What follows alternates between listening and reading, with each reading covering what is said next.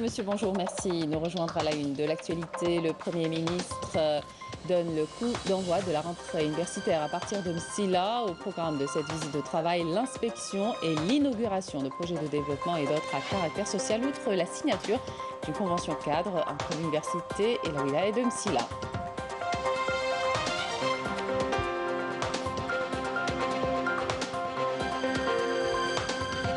Dans l'actualité également, le ministre de la Justice, garde des Sceaux, Belkacem Zermati, a inauguré aujourd'hui le nouveau siège de l'École supérieure de magistrature. On parlera de l'importance du don de sang, particulièrement en cette période de crise sanitaire. Le personnel soignant lance un appel aux donneurs. Et puis on termine cette édition avec une exposition qui se tient à la Villa Abdeltifal. J'ai une exposition de l'artiste Shafa Ouzana qui a débuté ce samedi. Bienvenue à tous. La rentrée universitaire, c'est donc aujourd'hui 15 décembre, reportée à cette date à cause, vous le savez, de la situation sanitaire due à la propagation de la Covid-19. Le coup d'envoi a été donné ce matin par le Premier ministre Abdelaziz Jarrad Msila à partir de l'auditorium du pôle universitaire Mohamed Boudiaf où il a présenté une allocution. Il a rencontré la communauté universitaire. L'université, qui compte 10 filières techniques et littéraires, réceptionnera à la faveur de cette rentrée 2000 nouvelles places pédagogiques. Et puis au programme aussi de cette visite de travail du Premier ministre, la signature d'une convention cadre entre l'université de Msila et la wilaya de Msila sur l'amélioration de la gouvernance au niveau local. En arrivant au pôle universitaire, Jarrad a rencontré des étudiants. Nous l'écoutons. نظموا رواحكم مليح سمعتني والمطالب تاعكم ديروها منطقيه وموضوعيه وهاو السيد الوزير لنا التعليم العالي والبحث العلمي ان شاء الله نلقاو لكم حلول ان شاء الله باذن الله. اسمع انا ذاني راني استاذ ونعرف المشاكل تاعكم اكثر منكم. اذا انا الهم الوحيد نتاعي هو انه الدكتور كي يكمل ولا الطالب كي يكمل الدراسه نتاعو انه يستفيد منه المجتمع والبلاد. فهمتني؟ ان شاء الله نلقاو حلول منطقيه حسب الامكانيات نتاع البلاد. ربي يحفظكم ان شاء الله. Et au programme de la visite du Premier ministre, le secteur de l'habitat, la livraison d'un quota de 400 logements de type location-vente. Le Premier ministre assistera à une conférence portant sur la numérisation des activités pédagogiques et la gouvernance juste avant l'inauguration de l'Institut des sciences et techniques physiques et sportives qui sera baptisé du nom du Moudjahed Abdelmajid Allahoum. Les étudiants universitaires rejoignent ce mardi les établissements universitaires dans des conditions exceptionnelles marquées par la propagation du nouveau coronavirus après la reprise des cours à distance depuis 2 semaines. Bouchra Boli. Pour cette rentrée, les universités et les instituts accueilleront exceptionnellement près de 280 000 nouveaux étudiants, lesquels seront également concernés par les modes d'enseignement en présentiel et à distance, adoptés en période de pandémie par le ministère de l'Enseignement supérieur et de la Recherche scientifique. Ils étudieront 2 jours par semaine en présentiel, à raison de 16 heures et 8 heures à distance. Nous utiliserons une plateforme numérique pour un enseignement interactif qui sera renforcé par des vidéoconférences enregistrées. Le mode d'enseignement en présentiel sera limité aux modules essentiels et aux travaux pratiques. Pour éviter d'éventuels couacs en termes de connexion, il est prévu d'augmenter le débit d'Internet, condition sine qua non pour le bon déroulement des cours en ligne. Le ministère de la Poste et des Télécommunications nous a augmenté le débit d'Internet de 1 à 20 gigas, ce qui va nous permettre de faire 20 fois mieux. Alors que l'enseignement en ligne semble être la principale alternative face à la Covid-19, l'enseignement par groupe est la méthode la plus adéquate pour assurer la continuité des cours. Le ministre de la Justice, garde des Sceaux, Belkacem Zermati, a inauguré aujourd'hui le nouveau siège de l'École supérieure de magistrature.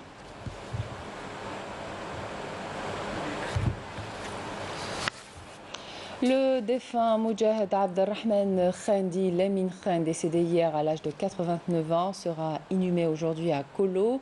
Ancien secrétaire d'État auprès du gouvernement provisoire de la République algérienne et ex-médecin en chef de la Wilaya 2 historique, il est l'un des fondateurs de l'Union générale des étudiants musulmans algériens. En cette douloureuse circonstance, le Premier ministre Abdelaziz Djarrad a présenté ses condoléances à la famille du défunt, priant Dieu Tout-Puissant de lui accorder sa sainte miséricorde, de l'accueillir en son vaste paradis et de prêter patience et réconfort à ses proches. La situation sanitaire en Algérie en chiffres, 495 nouveaux cas confirmés de coronavirus, 431 guérisons et 13 décès ont été enregistrés par les autorités sanitaires. Un bilan rendu public hier par le porte-parole du comité scientifique de suivi de l'évolution de la pandémie du coronavirus, le docteur Jamel Fourar. Et puis les répercussions directes de la pandémie, les dons de sang ont visiblement chuté.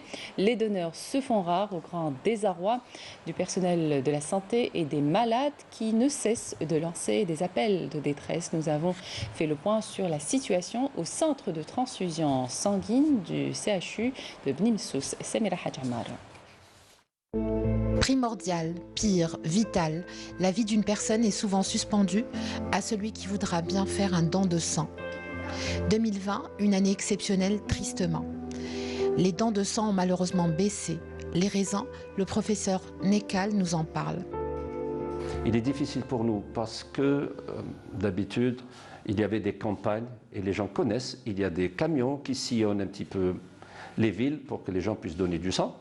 Donc c'est nous qui allons à la rencontre des donneurs de sang, mais maintenant, et à cause de cette pandémie, il est difficile. Donc on attend les donneurs au niveau des centres de transfusion sanguine, quel que soit le centre de transfusion sanguine. Hein. On était aux alentours de 4500, parfois jusqu'à 5000 dons par trimestre. Et bien, il y a une baisse notable et on le ressent. C'est extrêmement difficile. Pourtant, le chef de service hémato de l'hôpital de Bni Messous rassure. Il n'y a pas plus de danger à attraper le Covid-19 à l'hôpital que dans le transport en commun ou dans un mariage. Au mois de mars, on ne connaissait pas très bien, mais on a lu, il y a des papiers, il y a des communications, des publications qui ont été faites sur le risque chez un donneur de sang, pas pour lui, mais pour celui qui va recevoir le sang de ce donneur. Est-ce qu'il y a un risque de transmission? Il n'existe pas, il a été démontré qu'il n'y a aucun risque. Donc, il y a déjà eu des communiqués de l'Agence nationale du sang, donc un élément officiel, une structure officielle de notre ministère de la Santé, disant qu'il n'y avait aucun risque. Donc, les donneurs de sang ont exactement les mêmes précautions qu'on prend avant Covid, pendant Covid et après le Covid. C'est pour ma sœur, un membre de la famille, un proche. Voilà ce qui pousse beaucoup de donneurs à réagir, souvent dans l'urgence. جيت نمد الدم الفاميليا مخصوصين الدم. راح دير اوبيراسيون باش اوبيريو. Et il y a des donneurs qui y vont juste par humanité, des donneurs anonymes. فولونتير متطوع انا متطوع من 2015. واليوم مديت اون بلاكيت سيتادير مديت حق 10 عباد.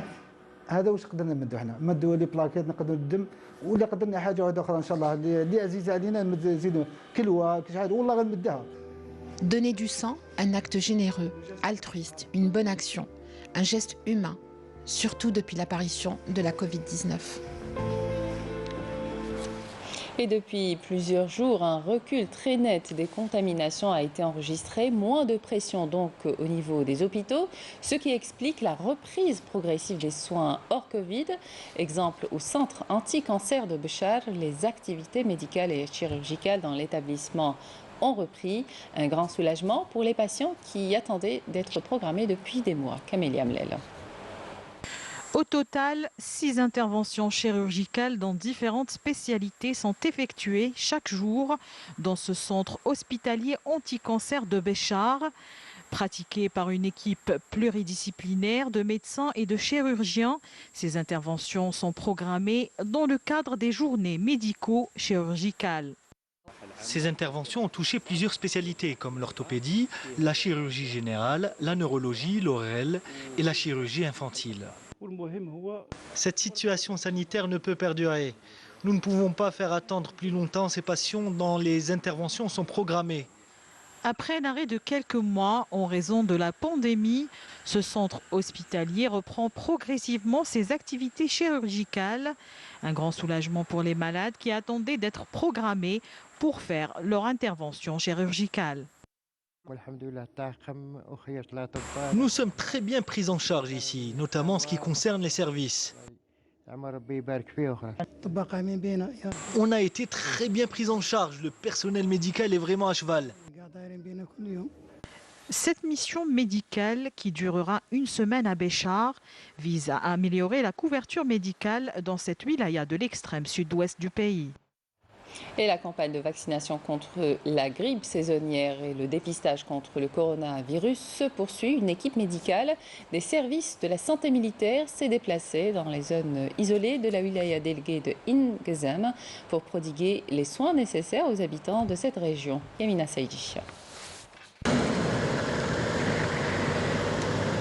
Les équipes médicales des services de la santé militaire en 6e région militaire poursuivent la campagne de vaccination contre la grippe saisonnière et le dépistage de la Covid-19 avec des tests de dépistage rapide au profit des habitants des zones isolées et les nomades au niveau de la zone frontalière de Teramzi dans la wilaya déléguée de Ingezem.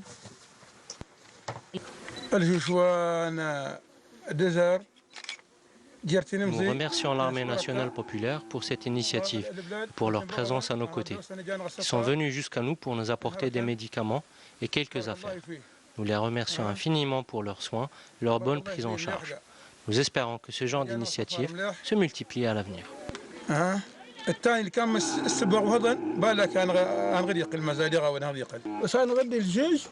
L'armée est venue jusqu'à nous avec des médecins et des médicaments.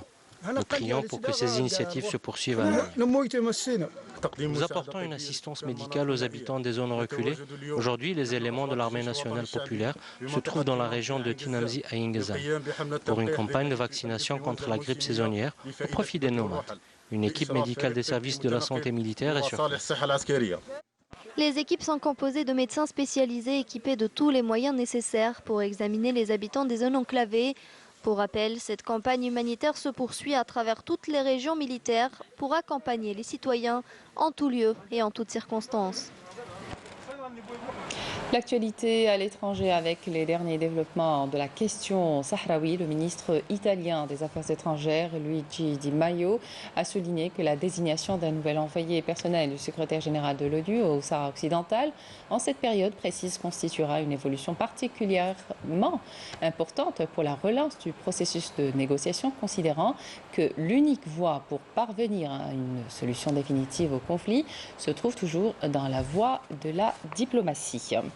Aux États-Unis, le collège électoral a entériné lundi la victoire à la présidentielle de Joe Biden, qui, dans un réquisitoire, s'avère contre Donald Trump, a dénoncé son refus obstiné de reconnaître sa défaite et invité l'Amérique à tourner la page. On termine cette édition avec une exposition qui se tient à la Villa Abdel Teif à Alger, une exposition de l'artiste Shafa Ouzani qui a débuté samedi dernier. Vous avez jusqu'au 25 décembre pour vous y rendre. Reportage Maya Amrani.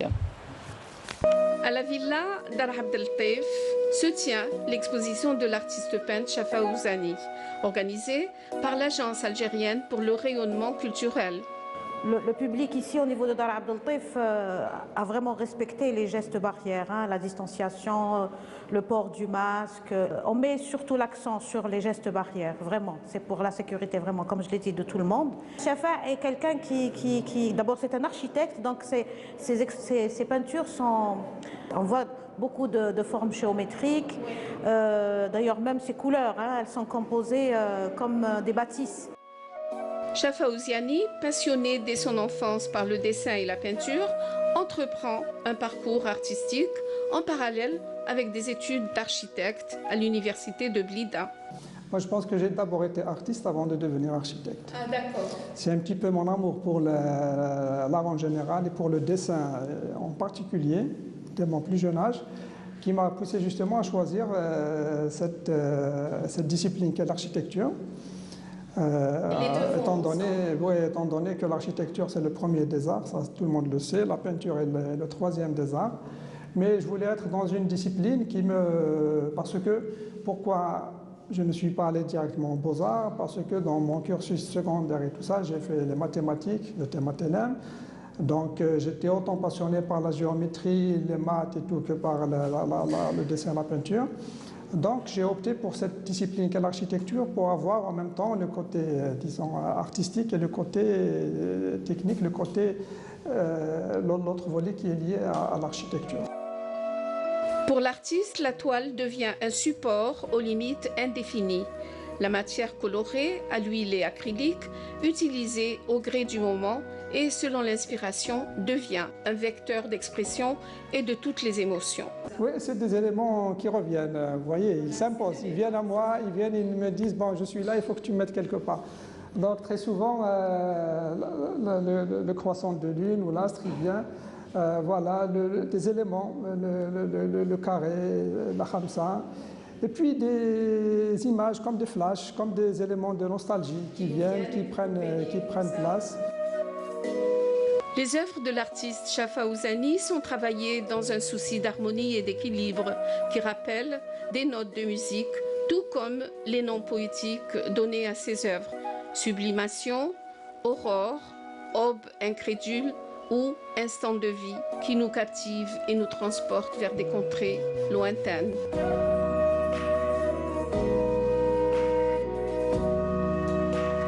Ainsi s'achève cette édition. Merci de votre attention. Tout de suite, les prévisions météo avec Amel Ragui. Excellente suite de programme sur Canal Algérie.